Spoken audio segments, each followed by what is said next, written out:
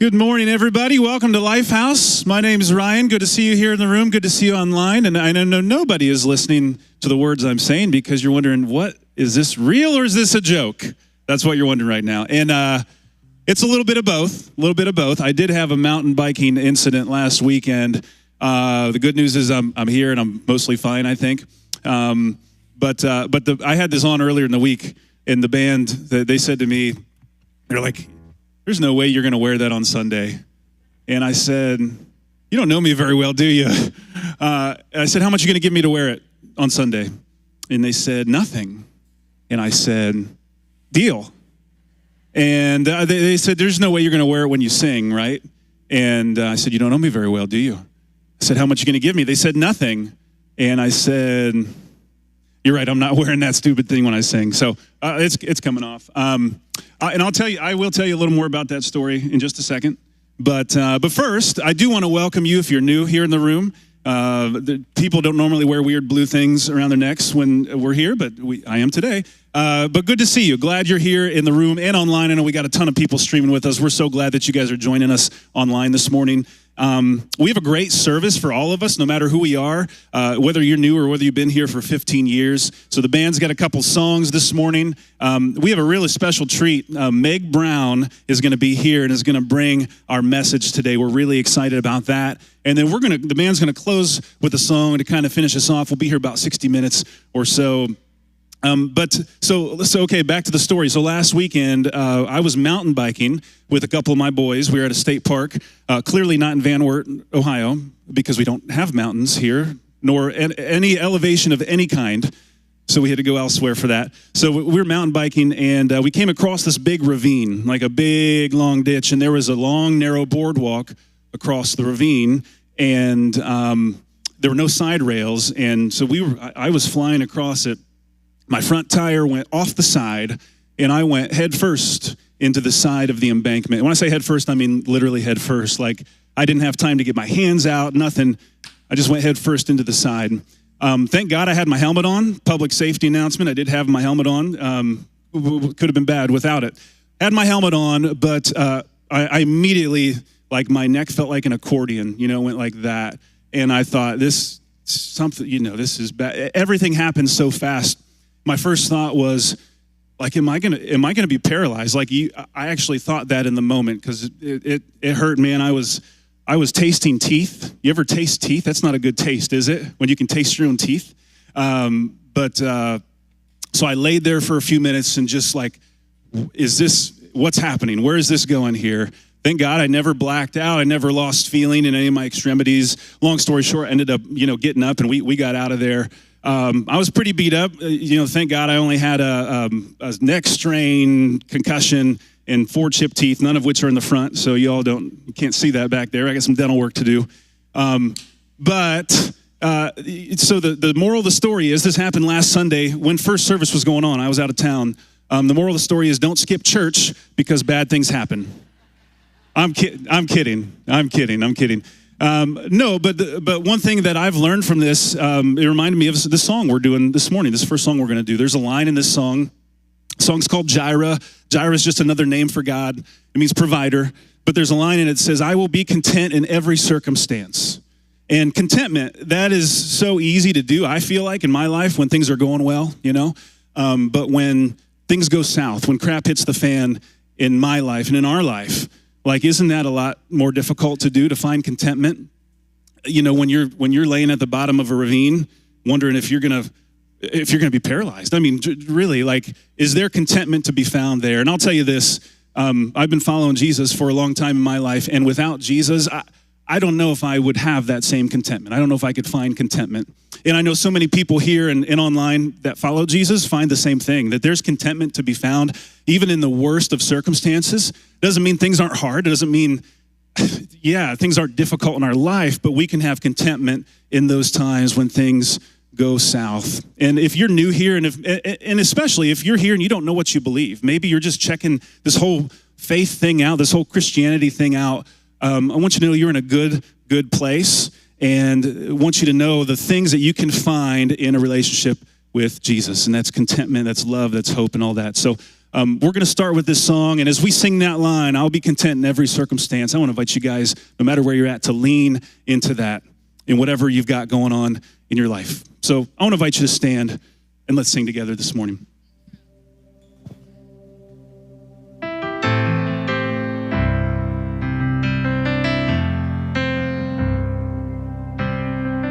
I'll never be more loved than I am right now. Wasn't holding you up, so there's nothing I can do to let you down.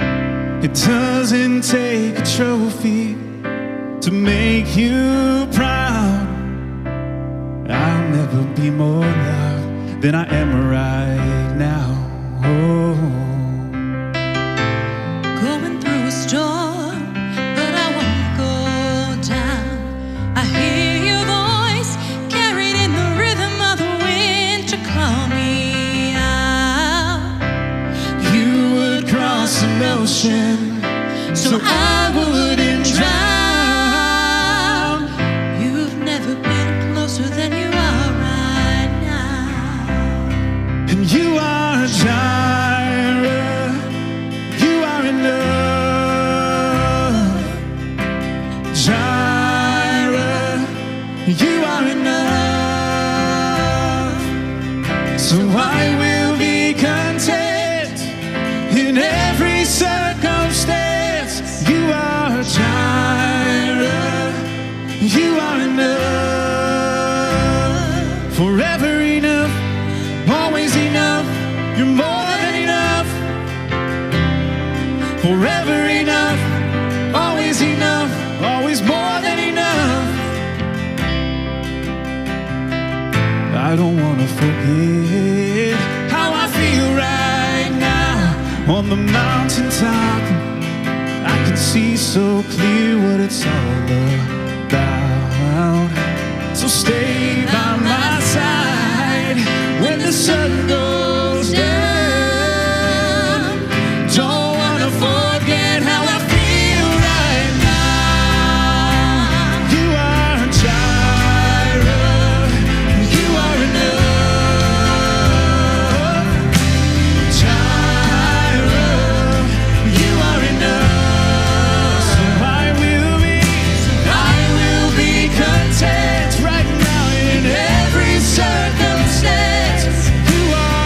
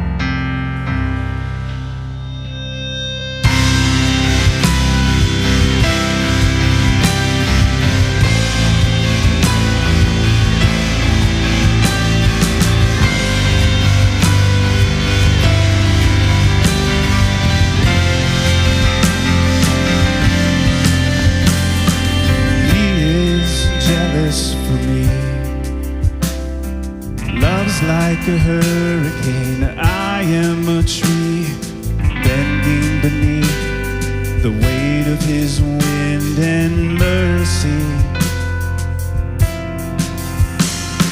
When all of a sudden I am unaware of these afflictions eclipsed by glory, and I realize just how beautiful you are and how great your affections are for me. Oh, how he loves us, oh, how he loves us, how he loves us so.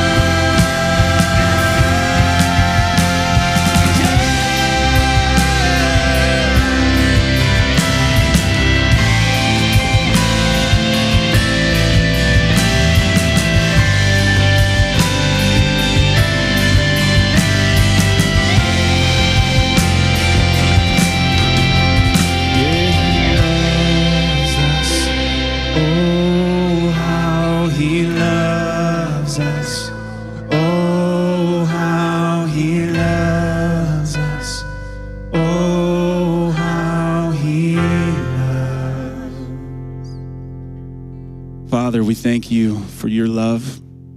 We thank you that you love us so much, that you sent your son Jesus to chase after us and to die for us and in our place so we can have life and forgiveness and hope and love.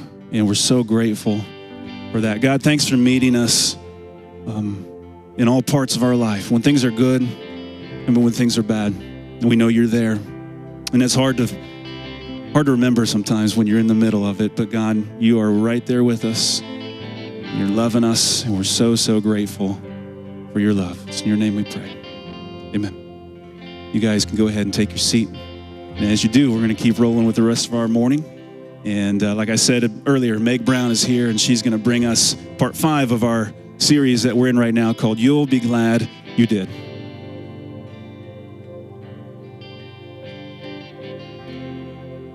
Hey everybody, Andrew Stanley here. We are out and about for the You'll Be Glad You Did series. We're giving out free advice, and also I'm hoping to get some free advice. So really hoping that we'll be glad we did this.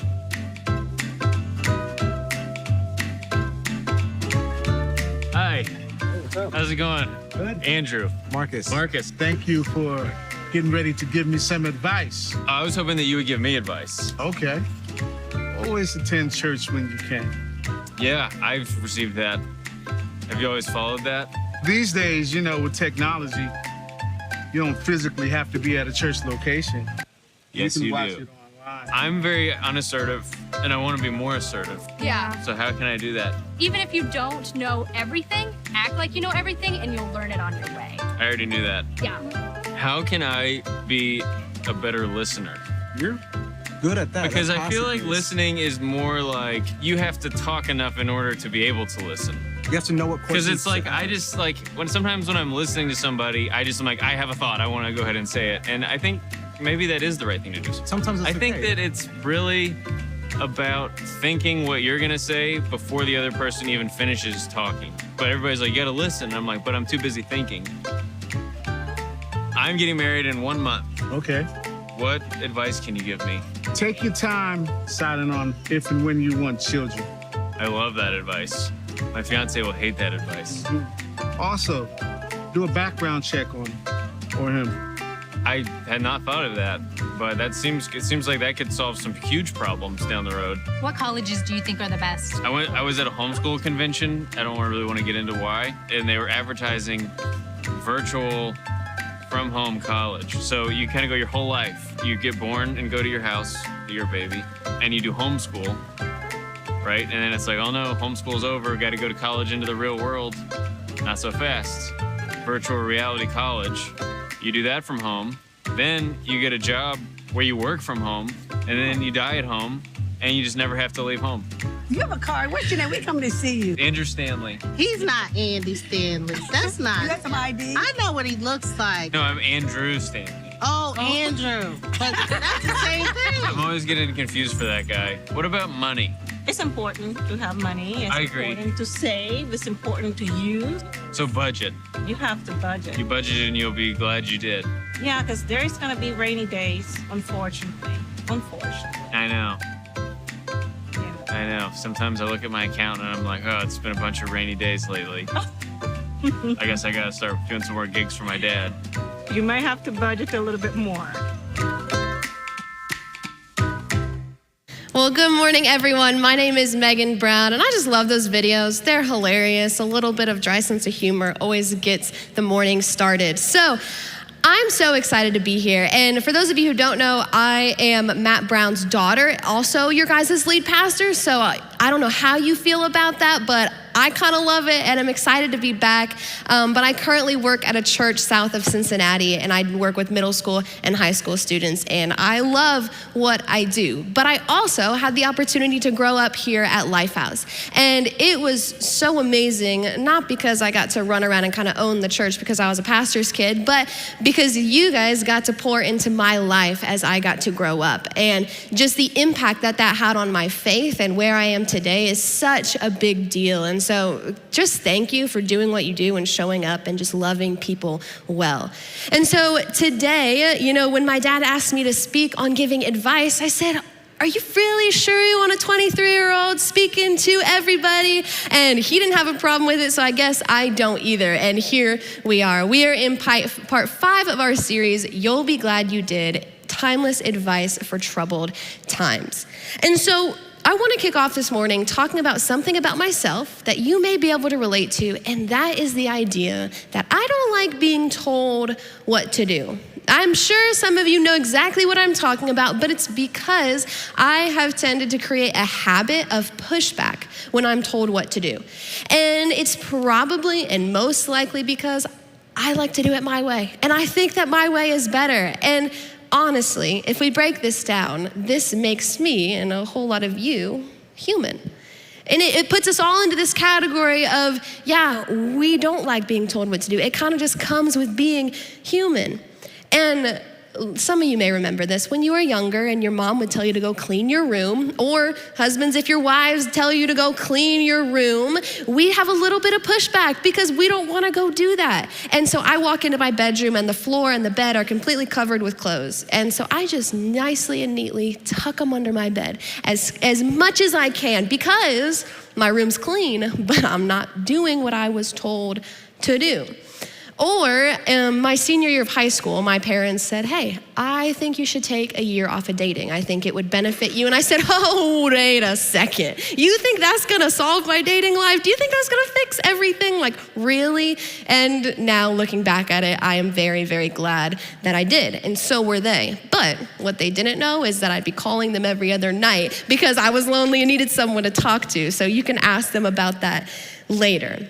But we've all lived long enough to reap the benefits of our good decisions and the consequences of our bad ones. And we all have stories that end with, I wish, or I'm glad I did, and I wish I had. And we also have stories that end with, hey, I'm glad I didn't, but I wish I hadn't. We've all been in circumstances like this. In this series, I want to offer all of us some unoriginal, you'll be glad you did advice. And something that I need to point out that we've been talking about through this whole series is that this is not a list of rules that we're talking about. These aren't ethical imperatives or the moral mindset that we have to have as we walk through life, because it's simply advice, not rules. And so I think that's important to point that out as we get started this morning. And this advice, it's here simply to ensure that you don't break rules that have the potential to break you, that have the potential to break your heart or make you go broke. Because the advice that we're about to talk about, it sits in between the rules of where we're at in life. And it's not right versus wrong, illegal versus legal, moral versus immoral. It's simply in the realm of wisdom. And over the past couple of weeks, we've had a working definition of what wisdom is, and it's simply insights informed by the knowledge that life is connected. One thing leads to the other, and today's decisions impacts tomorrow's reality. I mean, we look in front of us and there's so many options that we get to choose from, but what we have to decide is, hey, what is best?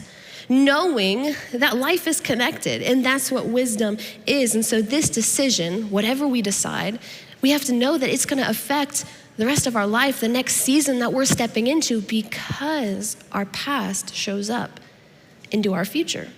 And so this is an idea that we're constantly trying to impart on the people around us. Some of you are parents in the room, and you're trying to do this with your children because you desperately don't want them to experience the regret that maybe you have once had in your life. I work with middle school and high school students, and so I see this so often. They're about to make this next step or this next decision, and I just want to come running and say, don't do that, because you're going to set yourself up for this, and then you're going to experience regret, and then we're going to have to work through that. And so we're trying to give this wisdom and to lead the people closest to us in the right direction. And so whether you are a young person or an adult or you're someone in between like me, this advice is challenging, yet it's so important in every season of our life. So my unoriginal, you'll be glad you did advice this morning is simply one word, and that is to listen. And I know it's kind of ironic that you came into this room expecting to sit in a chair and to listen to someone on a stage, and we're talking about listening, but I do think it's important because there's something that comes along with listening, and that's the idea that, hey, it's really easy to listen to what we want to hear. It's so easy.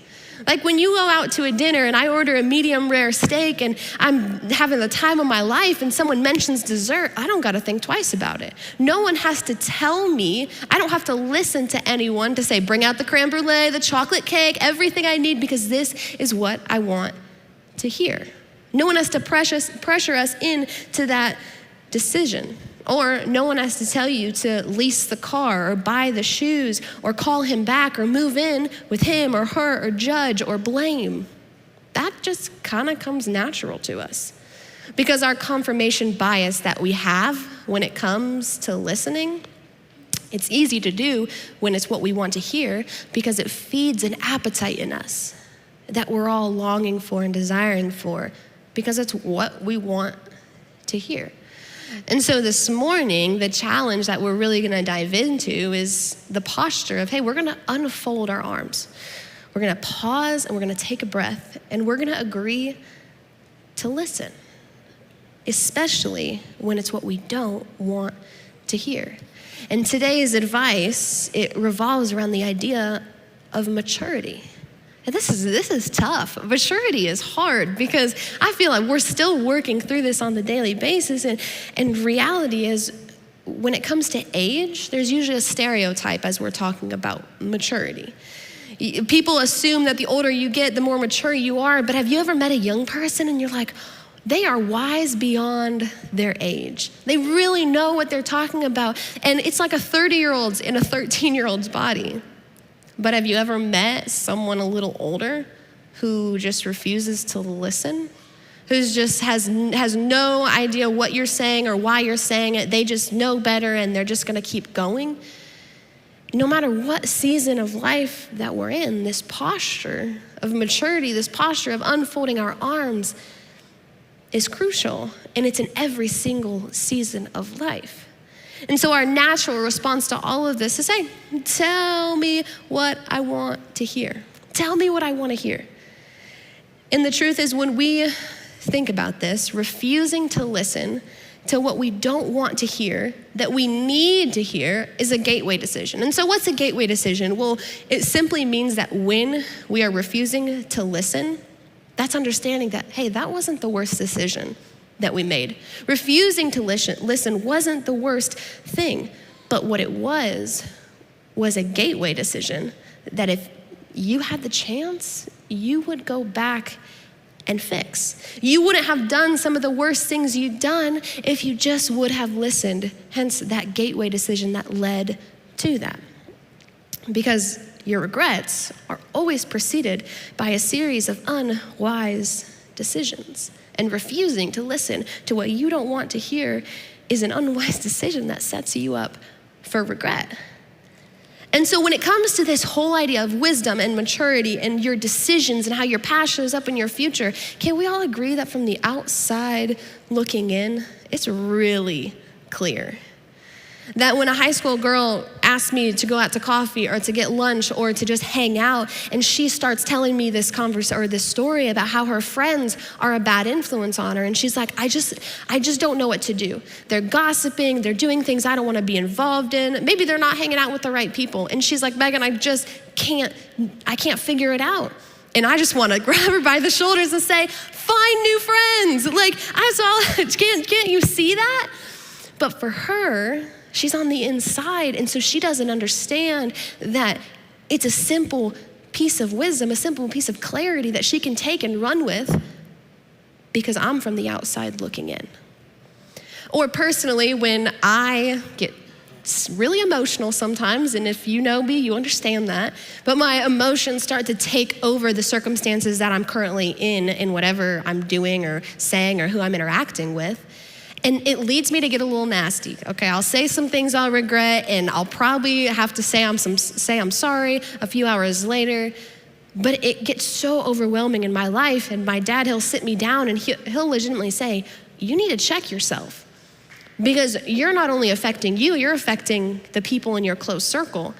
More importantly, the people that love you the most. And because I am not on the outside looking in, I ignore it. I don't pay attention to it. And I continue to put myself in this position where I'm hurting the people around me. So we can't see clearly in our lives, but usually someone that you're interacting with can. So if we'll pause and if we'll listen, we'll be glad that we did. This is in all of us in some season of life. Whether your spouse, your friend, your roommate, or your fiance, or someone in your life is trying to get your attention about something, listen to them, because they may see something that you can't. And when we pay attention to this, when we take a step back and look at this, we might be able to pay attention to the tension.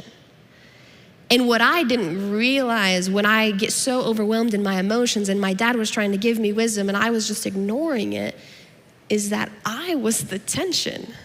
I didn't realize that. I thought I was the emotional one that needed the help, that needed the clarity. But what I wasn't doing was understanding that I needed a little more attention to how my emotions were affecting the people around me.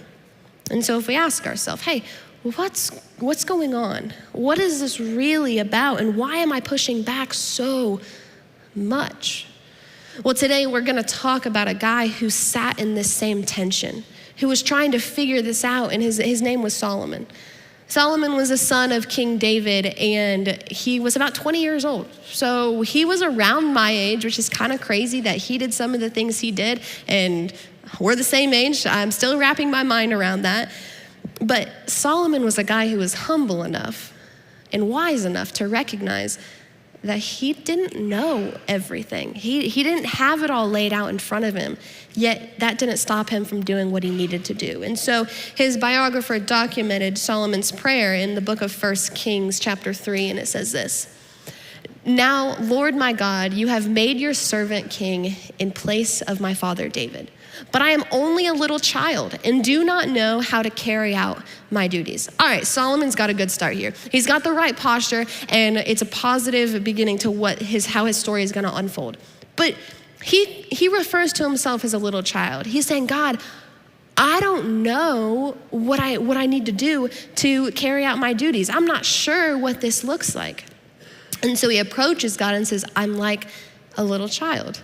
It's like saying, hey, to this 4-year-old, why don't you go change the oil in my car? You and I both know that's going to go terribly, and they have no idea how to do that. We know that. But the cool thing is Solomon also knew that. So he approached God with that posture. And so we continue, and it says, so give your servants a discerning heart to govern and to distinguish between right and wrong. For who is able to govern this great people of yours? And so now Solomon is saying, hey, God, could you give me a discerning heart? Can you point this out to me? And what Solomon is asking is, can you give me clarity on what's best? Can we look at my current circumstances and say, hey, what is the right decision here? And what's the result of that?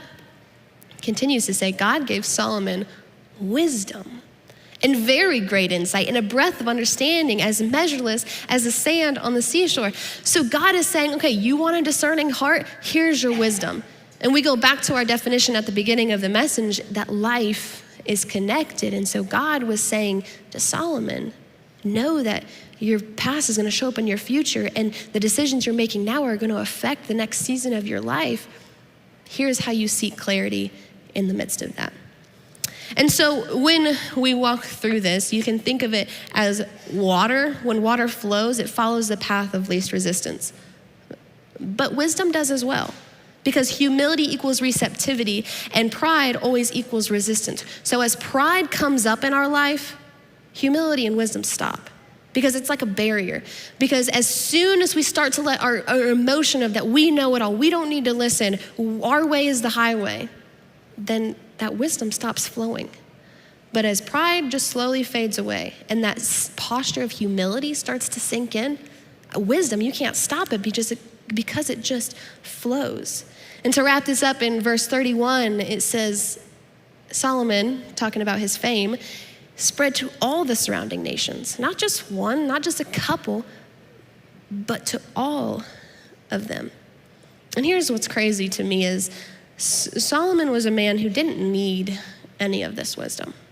He could have done okay without it, but he was one person who sought it more than any other person, any other biblical author that we read. He understood the wisdom of outside wise counsel. And so Solomon continues in the book of Proverbs, and he says, instruct the wise, and they will be wiser still. Okay, so there's never going to be a maximum point of wisdom. Solomon's saying you're going to keep asking, you're going to keep seeking, and I'm going to keep giving. God's going to keep giving us that wisdom that we're looking for. In Proverbs 1, he says, a wise person will hear and increase in learning, and a person of understanding will acquire wise counsel. So for here, these people, they don't have to be told, they don't have to be sold. They're just ready to listen. They don't have to be convinced that people outside of them have wisdom to share. And when it comes to input from the outside, when we don't want it is when we need it. Better yet, it's when we need it desperately. And with that in mind, Solomon writes, he says, the way of a fool is right in his own eyes, but a person who listens to advice is wise. And so time and time again, when we don't want it is when we need it. And so my senior year of high school, I was wrapping up high school, and I was put in this position where I had to make an extremely big decision. Some of you are starting that journey now, and that is where you're gonna go to college. You think it is the all-consuming thought that you are trying to figure out because it's the next 4 years of your life. And so I was figuring out between two places, Taylor University and the University of Toledo, two vastly different schools. And so I'll be honest with you guys, I struggled with this decision for a long time. I wrestled with it, and I would ignore everybody because I was so concerned with figuring this out. And I would make my pros and cons list, and one day I'd choose Toledo, and then that evening I would choose Taylor, and then I'd go back to Toledo, and then I would call the school, and then I'd say, no, I think I might go to Taylor. So this was a decision that took so much out of me. But what I was so blind to is that I was seeking clarity, but I didn't even know what clarity was. I didn't even know what I was looking for, yet I was trying to find it because I was so consumed in choosing the right answer by myself. And this wasn't an issue of Taylor's right, Toledo's wrong, Toledo's moral, and Taylor's, like that wasn't the decision that was trying to be made, but it was like, hey, what's the wise decision for Megan?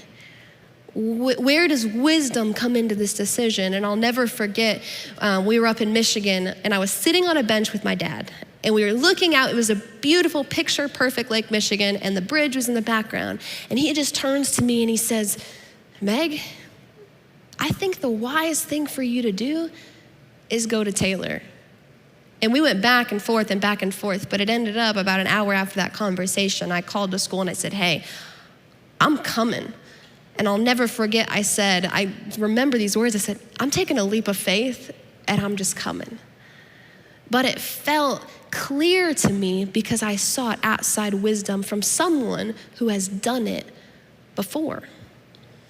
And so if we dismiss this idea, if we dismiss the idea of, hey, I know I need it when I don't want it, and we just ignore that, we're somehow masterminding our own regret in our life. It means that we have a sense of selfishness, and you're trying to live as if your life is not connected. And we know that God told Solomon that's not how life plays out. And so when we think about this, we have to understand that life is connected. How do we invite this wisdom into our story? And so Solomon continues in the book of Proverbs and says, plans fail for lack of counsel, but with many advisors, they succeed. If I would have had lack of counsel, I probably still would have been looking back at this college decision and feeling unsure about it, even though I'm graduated from college and a year into my career, because it was so unclear what I was supposed to do. But as soon as I invited outside counsel, outside wisdom into my story, into my discerning heart, trying to figure it out, it led to wisdom. He also says, listen to advice and accept discipline. Now, I don't know if any of you have ever coached a sports team, or if you have a kid or a student that is trying to learn how to play an instrument or to paint a picture or to cook a meal the right way. And you keep telling them and you keep asking them, hey, can you do it this way? Would you mind doing it this way? And they just do the totally opposite thing. And you're like, do you hear what I'm trying to tell you? Well, I was a sophomore in high school and I was playing volleyball. And I loved volleyball. I played it for a lot of years. And we were in the middle of a game and I was getting ready to serve the ball. And if you know, it's an overhand serve, you toss it up and you hit it. And so my coach, she calls a timeout. And so I'm like, she's gonna bench me. Like, she doesn't like what I'm doing, it's fine. And she goes, Megan, if you do not overhand that serve the right way with the discipline that I've taught you, you're gonna serve underhand. And if you know a little bit about volleyball, middle schoolers and younger serve underhand, okay? So I'm a sophomore in high school, and she said, you're gonna get up there and serve underhand if you don't figure this out. And I was embarrassed. I felt like a fool, and you best believe that 2 weeks later, I was serving overhand because I did not want to look that way. But it was a discipline that I had to figure out from the wise counsel that was giving it to me as my coach. A more serious example of this is about a year ago when I stepped into my position at this new church. So working with middle schoolers and high schoolers, you have to surround yourself with an amazing group of volunteers, small group leaders. Ellie, back in Transit and Inside Out, which is our middle school and high school environments, does an incredible job of this. And so as I stepped into this role, all my small group leaders, they started to leave. And I was like, guys, what are you doing? I need you here. And maybe it wasn't the right season. Maybe they had conflicts, which is okay. But I had every excuse to bow my head, to feel bad for myself, and to just give up on where God had called me to be in that season. And that's at this church, and to lead these students.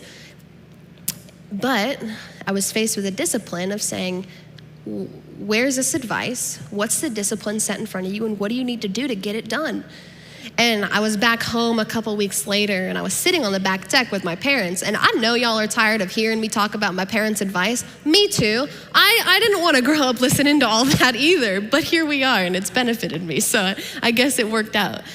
But my parents looked at me, and they're like, stop complaining about it and go ask them to get coffee. Go take them out to lunch or to dinner. Do something to put yourself in a positive direction and grow the ministry that you're in. And so I did, and months later, not only is our ministry booming, but God is moving in ways that I could have never imagined, because when we seek and listen to advice and follow through with the discipline set in front of us, it's hard not to see the wisdom flow out of that. And it's a difficult thing, but when we look at the promise and know that on the other end of it, we're gonna become among the wise. And as a young leader at a church, I had to admit to myself, yeah, you don't know a whole lot. You're still learning. You have to prove yourself. And I had to seek that advice. And so I would go talk to leaders, and I saw really respected leaders go the distance, ask the questions, be curious, and they listened. And whether you're a coach or a teacher or a parent or a volunteer and you hold some weight as a leader, you know, and we know, that leaders who refuse to listen will eventually be surrounded by people who have nothing helpful to say.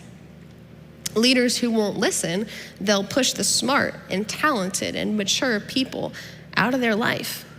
And what is true in our organizational life translates to our personal life.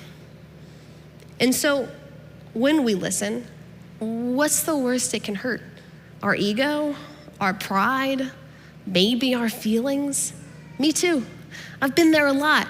And it sucks sometimes, and it's hard, but so what? We move past that, and it's the wise that succeed in this, because when there is a posture of discernment, when there is this healthy idea of navigating life, navigating parenting, marriage, your finances, and your business better, you understand that life is connected, but better yet, you are connected. And so as we wrap up this morning, I want to leave you with 4 tips, because now we have all these ideas of, okay, we have to seek this wisdom. We have to find clarity, and we have to approach it with a posture of a discerning heart. How do we do this well? Our first tip this morning is to avoid the genetic fallacy. And what this means and can lead into is discounting information based on the source of information. You think, what does he or she know? They can't give me advice. They don't know what they're talking about. But here's the trick. Bad people are very capable of giving good advice. And we can't buy the lie of cancel culture that is so consistent in our world right now. We have to look past that. Because honestly, if you and I forget everything that every imperfect person has told us in our life, we would forget our names. And that's the reality of it. But as Christians and as Jesus followers, we have to look past people's faults and people's failings and say, hey, what wisdom could they actually impart into my life? And you may access something that you totally had blocked off before that. Tip number 2 is don't assume expertise in one area makes you an expert in every area. Now, this is gonna sound like a big lie, I promise it's not. I've had 10 surgeries in my lifetime up to this point, and I assure you that since I've had so much, I'm an expert in getting hurt, does not mean I am an expert in walking into an OR, picking up a scalpel, and actually doing the surgery. Two very, very different things.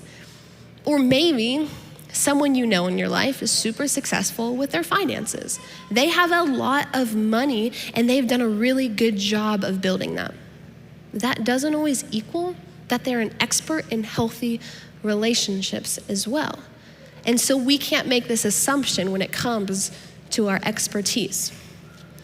Tip number 3 is don't confuse experience with insight.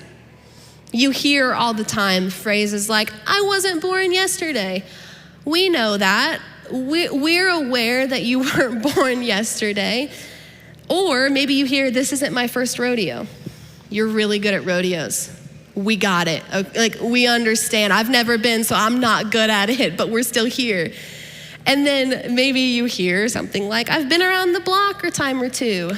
Doesn't this just mean you're old? I mean, isn't that what this means? Or am I wrong here? But you just can't assume one thing means the other, because when we have experience, it doesn't make us wise. But what does make us wise is when we evaluate our experience. And that is where the wisdom flows. And our last tip this morning is simply listen for, I know, I know, I know.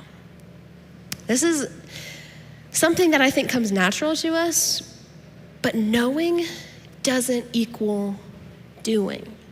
One does not equal the other. And with that being said, if you know without doing, that's almost worse than not knowing, because it makes you look like a fool. And so when you're so tempted, when someone's trying to give you advice and all you want to say is, I know, I know, I know, would we stop and listen with the posture of maturity? And so, wrapping up, we have all put ourselves in a position, or looking back on our lives and mistakes that we've made and regrets that we have, and we've said the phrase, I should have listened.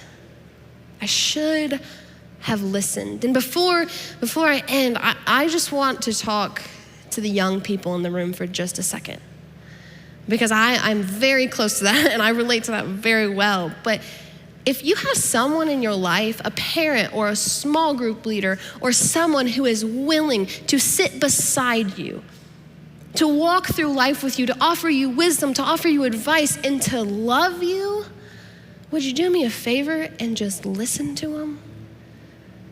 Would you just give them a chance to try to impart something on you that you may have missed because you weren't on the outside looking in? Because none of us want you to look back and say, I should have listened. And parents in the room, or someone who has an influence on the next generation, I may be stepping out of my lane here, but I think this is so important because it changed my life. If your kids and your students and the young people in your life, they need someone to listen to. They need wisdom, God-centered wisdom imparted on their life, so they don't look back with regret and say, I should have listened. None of us want that. And so would you take time and sit down with your young person and impart that wisdom into their life that they would never say, but they're so desperately looking for? Leading with the love of how you know them and how you love them. And so, the odds are, somebody saw it coming. And if you would have invited their input in, they would have told you. But they're probably seeing something that we don't, or that we're ignoring not to see. And so as we step into this, somebody can see what we can't. So in the words of James, the brother of Jesus, could we be quick to listen and slow to speak? because you'll be glad you did, but more importantly, the people around you will be glad you did as well. So in a second, the band's gonna come up and we're gonna sing a final song together. And this song is called God is Love. And as we're talking about this whole idea of listening and how the people in our circles wanna speak into our life, the reason they wanna speak into our life is because they love us. But can I tell you that that the people in your life love you at a fraction of a price of what your Heavenly Father does. When He looks at you and says, you're worth it. You're my child and I love you. And so would you just listen? And so as we sing this song this morning, I want us to remember how much our God loves us and remember what He did for us and the little things that we can do for Him. And so I'm gonna pray and then we're gonna sing that song together. Dear Heavenly Father, I'm just so grateful for the amount of love that you pour out on us day in and day out. How you challenge us with the idea of listening. And as we gain wisdom and as we seek out wisdom, it may be hard, Lord, but with you and the amount of love that you pour out on us, it's gonna be a little bit easier. And so we're thankful for who you are and what you've done for us, and simply that you are love. In your name we pray, amen. Would you guys stand and sing with us?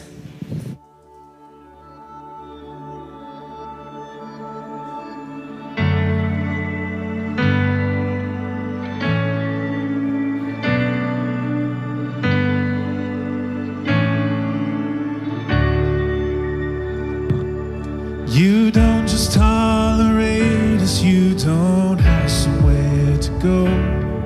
We're not your trophy children you abandon when we roam. Your mercy's not a favor and your presence isn't rushed. Oh no, our God is love. The cross was not a vehicle for you to finally care. When we look upon your character, your grace was always there. Acceptance not withheld from us, no need to measure up.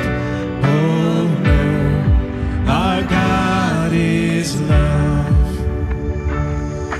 His arms are open for all to gather here. The cross has spoken, there's nothing left to fear. Once and for all He showed how far His grace would go for us. Our God is love. He is, He is, He is.